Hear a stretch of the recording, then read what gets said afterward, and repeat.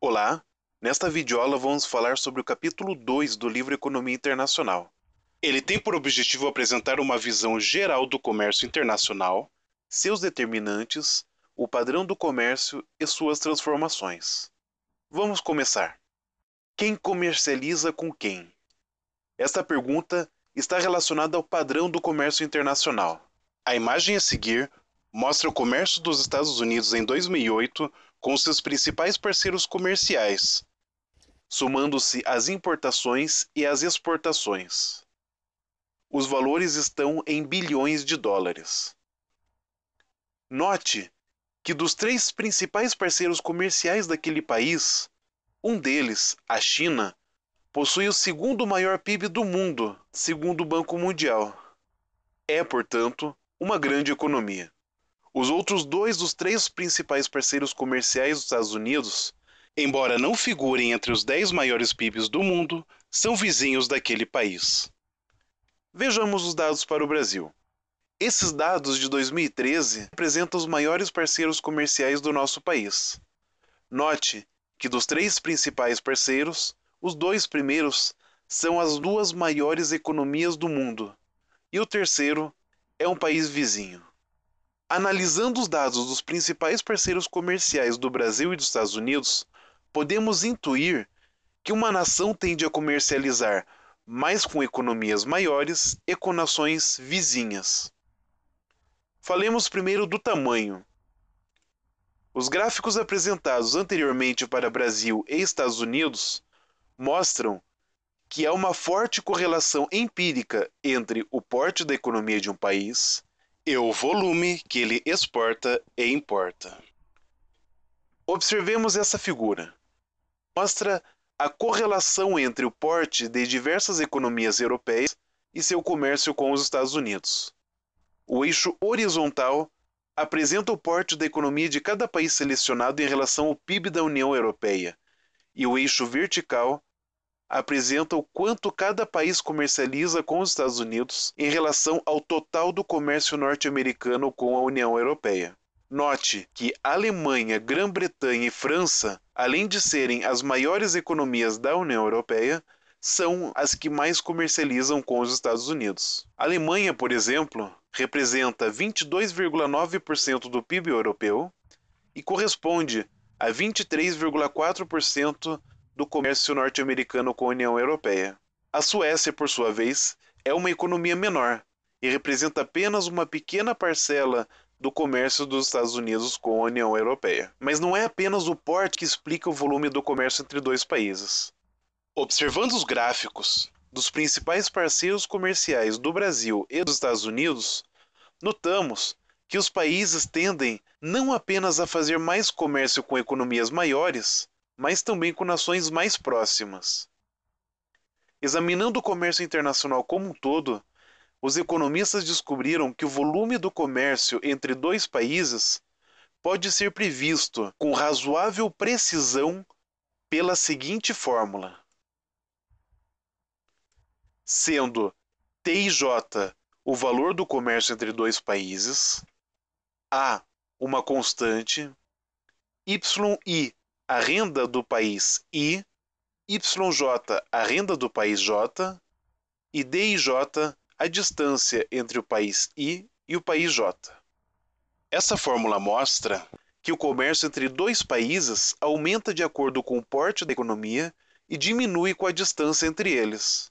Essa equação é conhecida como o modelo de gravidade do comércio internacional.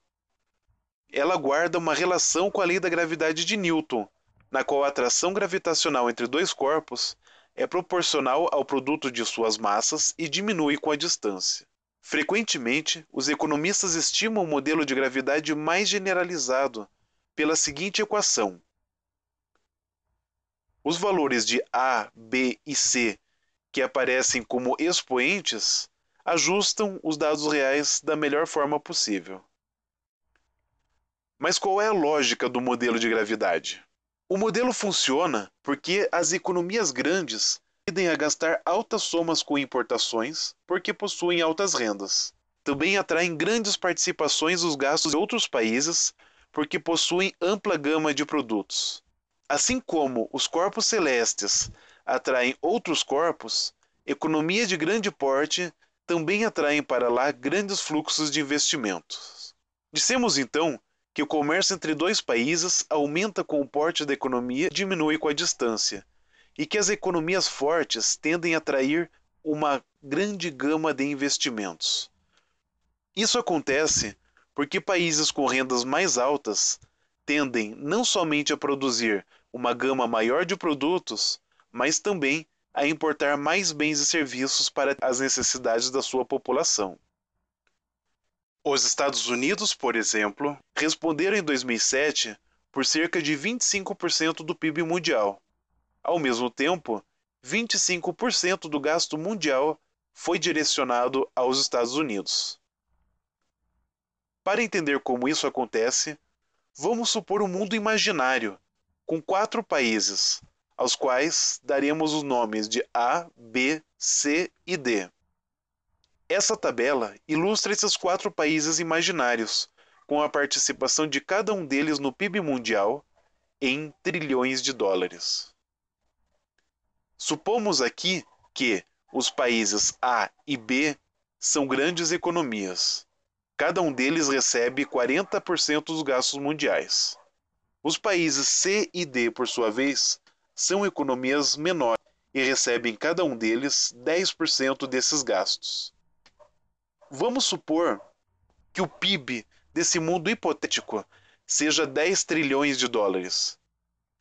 Dentro da lógica dos gastos mundiais, se os países A e B recebem 40% desses gastos e o PIB do mundo hipotético é de 10 trilhões de dólares, então os PIBs desses países será igual a 4 trilhões de dólares cada um deles, e 1 trilhão para os países C e D, uma vez que esses recebem 10% dos gastos mundiais.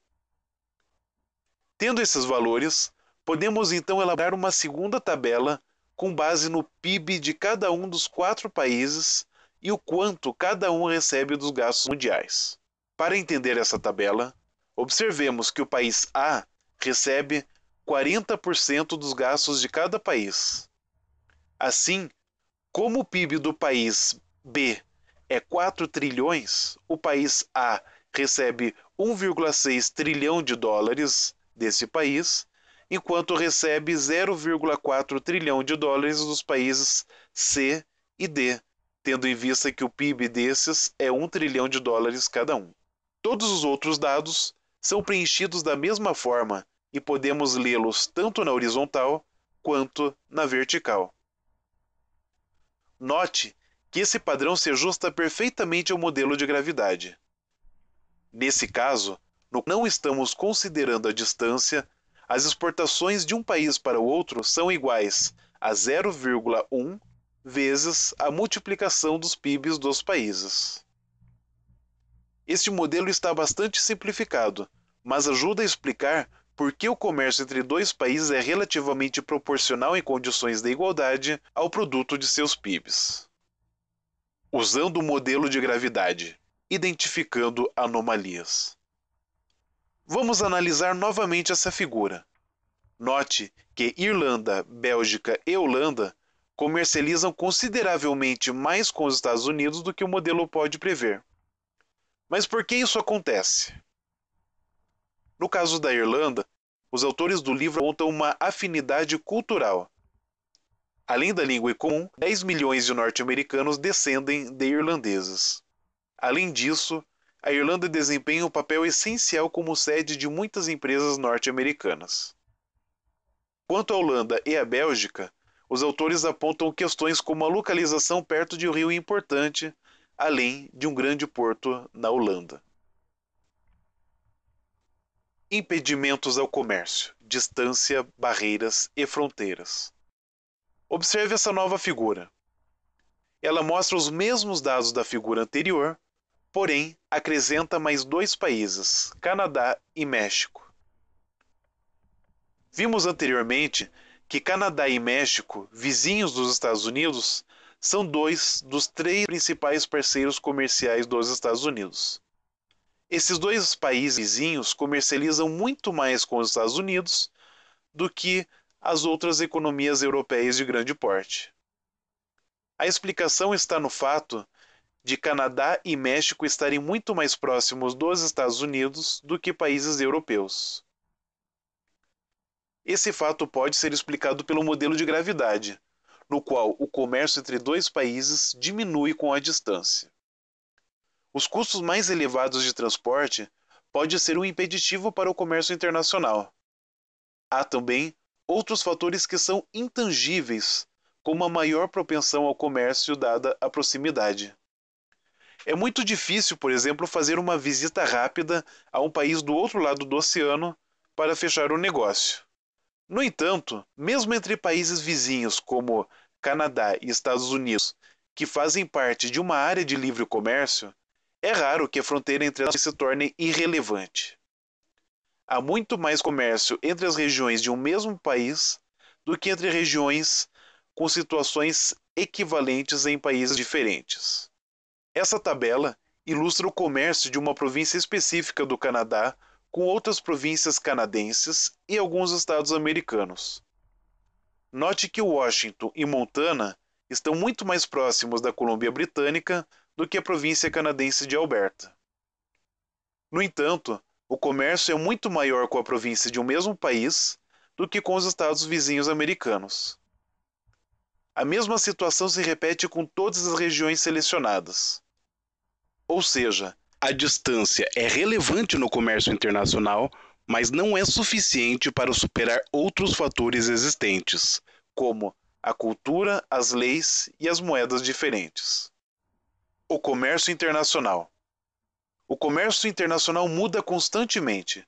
Sua dimensão e composição são diferentes atualmente do que há uma geração, e ainda mais do que há um século. Vamos analisar algumas dessas tendências. O mundo ficou menor? O transporte e as comunicações modernas praticamente aboliram as distâncias. Esses dois fatores contribuíram para enfraquecer o fator distância no modelo de gravidade. Mas a história mostra que forças políticas também podem contrabalançar os efeitos da tecnologia. Um exemplo dessas forças políticas são as guerras. O mundo ficou menor entre 1840 e 1914, mas a distância voltou a ser mais relevante em grande parte do século XX. Como se pode observar nessa figura, verificamos um aumento do comércio internacional em porcentagem do PIB até 1913. E depois das duas guerras mundiais houve uma redução. Logo, as guerras aumentaram a distância entre os países. Somente nas últimas 2 décadas é que o comércio voltou a aumentar. O que comercializamos? É quase unanimidade que o comércio é bom porque vendemos bens e serviços que produzimos em grande quantidade para adquirirmos outros bens que não temos tanto assim. O gráfico a seguir mostra a composição do comércio internacional em 2006. Note que os manufaturados correspondem à maior parcela do comércio internacional. Dentro da mineração, a maior parte consiste em petróleos e combustíveis, e o comércio de produtos agrícolas corresponde a apenas uma pequena parcela. Damos aqui um destaque especial para o setor de serviços. As exportações de serviços incluem as taxas de embarque cobradas por companhias aéreas de navegação, seguros recebidos de estrangeiros e gastos de turistas estrangeiros. As inovações na área de telecomunicações têm viabilizado novos tipos de comércio de serviços, como os serviços de teleatendimento. O domínio da participação dos manufaturados no comércio internacional é recente. Ela é muito maior hoje do que um século atrás. A reversão da posição entre manufaturas e agricultura ocorreu em fins da década de 70. Terceirização e serviços. Com a evolução nas telecomunicações, é possível que alguns serviços possam ser executados a milhares de quilômetros de distância, como serviços de teleatendimento, contabilidade e desenvolvimento de software. Vários debates acalorados podem surgir com essa situação, como a concorrência internacional por trabalho, por exemplo. O certo é que o número de serviços comercializáveis a longa distância tem aumentado. Finalizamos aqui a nossa análise do capítulo 2. Leia o livro, faça suas anotações e envie suas dúvidas. Até a próxima! Gostou do vídeo? Marque como gostei, inscreva-se no canal e receba as nossas atualizações. E nos adicione também nas redes sociais. Até a próxima!